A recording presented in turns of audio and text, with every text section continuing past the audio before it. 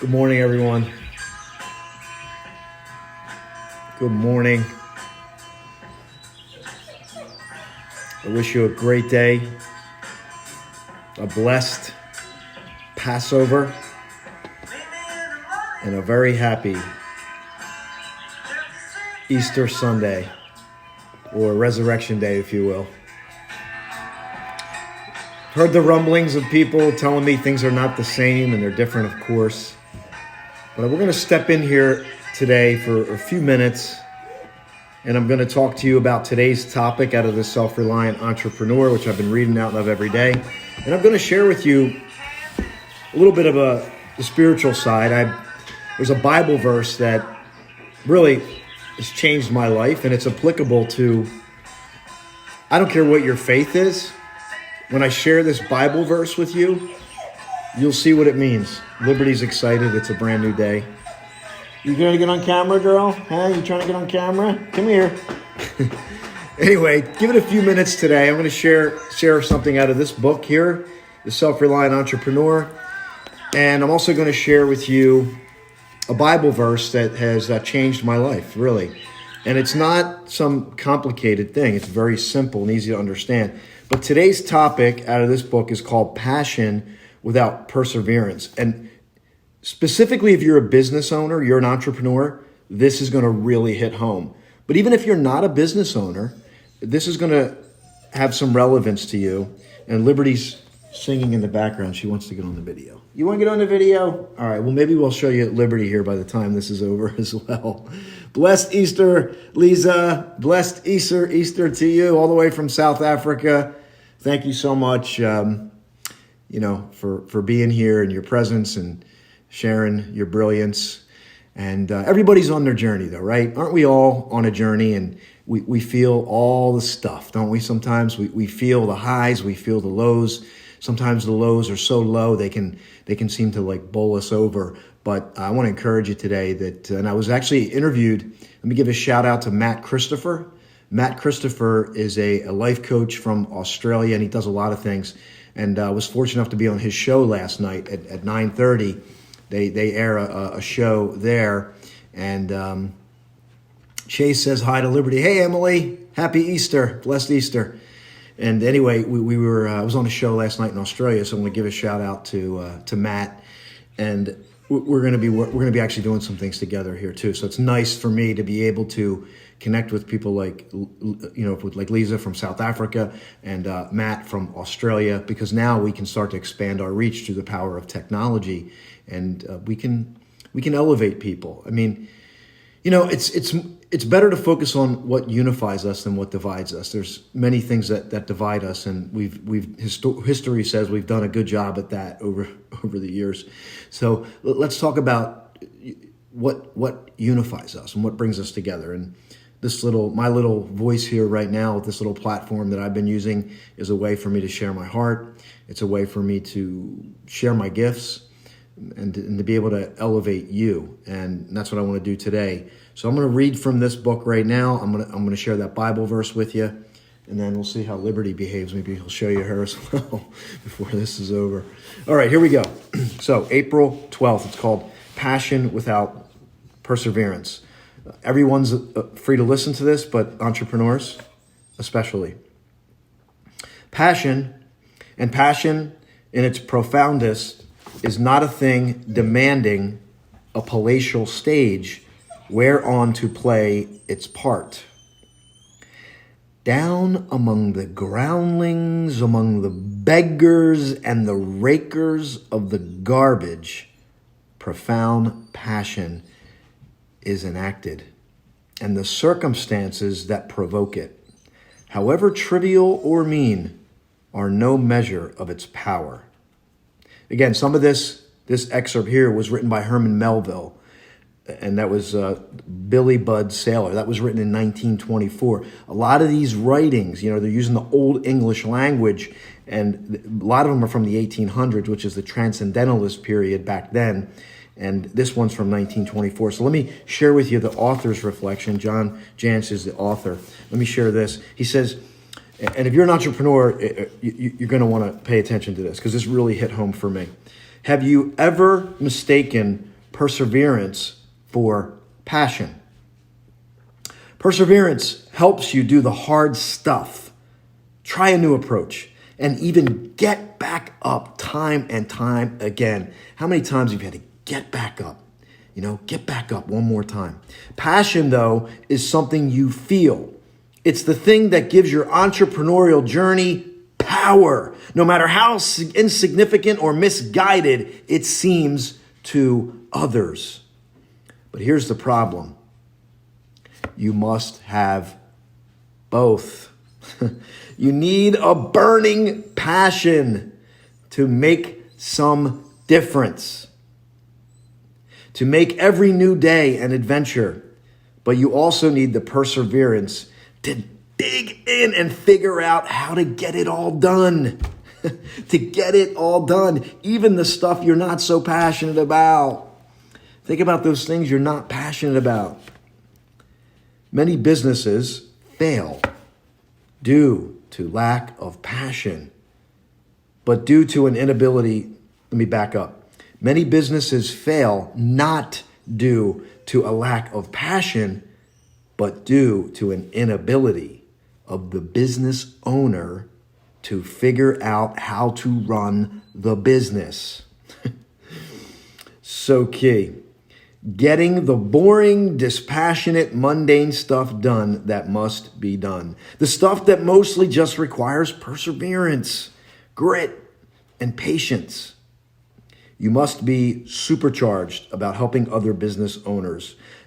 You may be supercharged about helping other business owners, but if you can't help yourself, your business, and your business run, what have you accomplished? Today, consider both the things you're most passionate about and the things that will potentially take you down if you don't address them. You see, this really hits home. So let me read that. Today, and because it's Sunday, maybe this is a tomorrow thing because this just happens to be April 12th. It doesn't really know what day it is, right? But it says, consider both the things you're most passionate about and the things that will potentially take you down if you don't address them.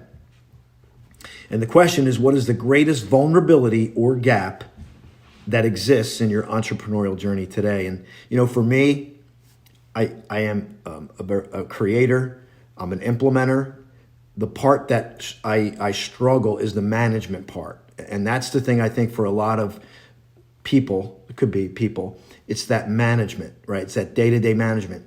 It's called mastering the mundane. You see, if you can't master the mundane, you could be passionate, creative, all of the above. But if you don't master those mundane things or delegate, you see, part of leadership is creation, pioneering, blazing a trail, right? That's leadership. We need to go that way, not this way, right? But as a leader, we also need to be great at delegation.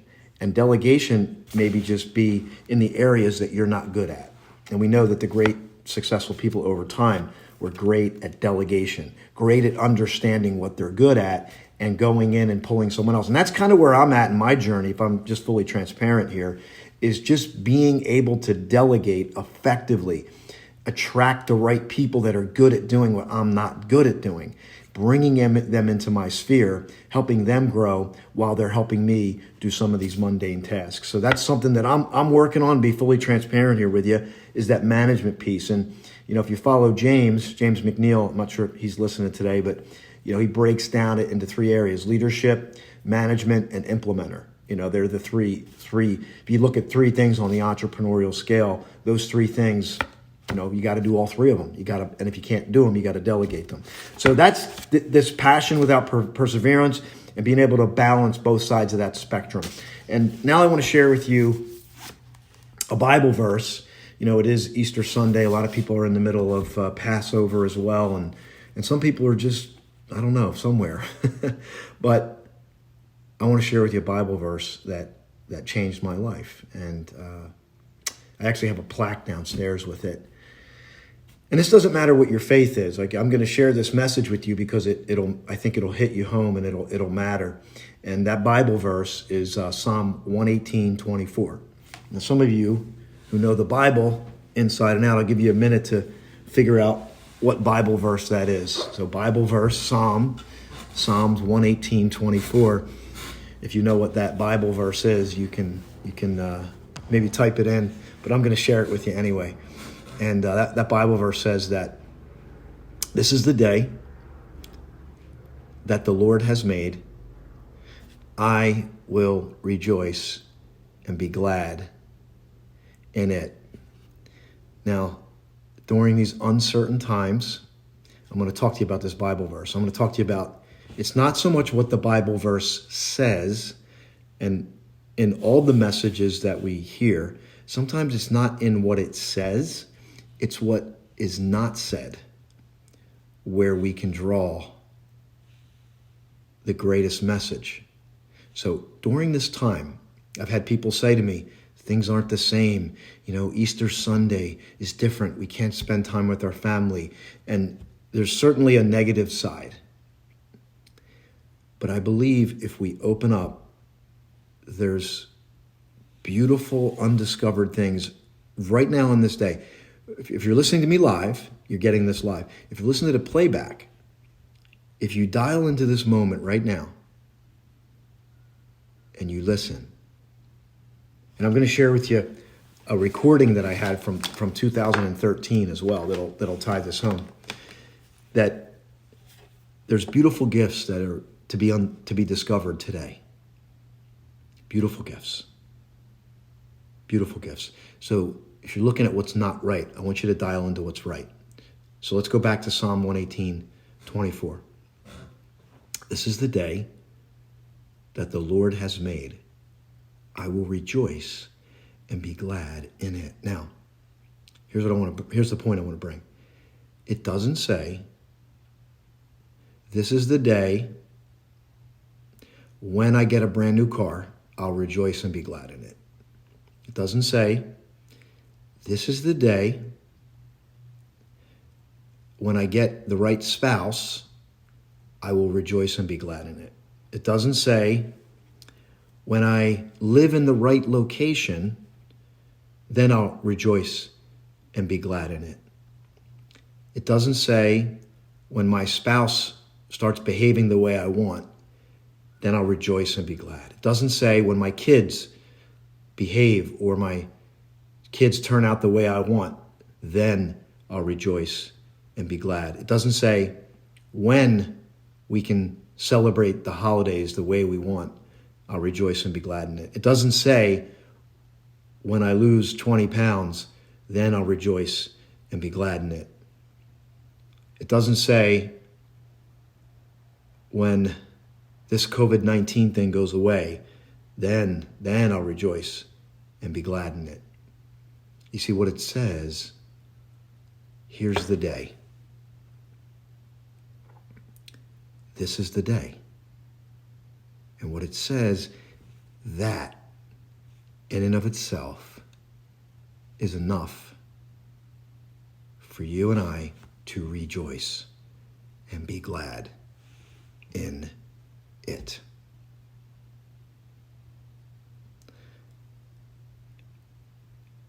I want to be respectful of people's circumstances and their situations, because it might be easy for me to say, but if you're in a difficult time, health, pain, grief, emotions, it might be extremely difficult for you to say, I'm to rejoice and be glad.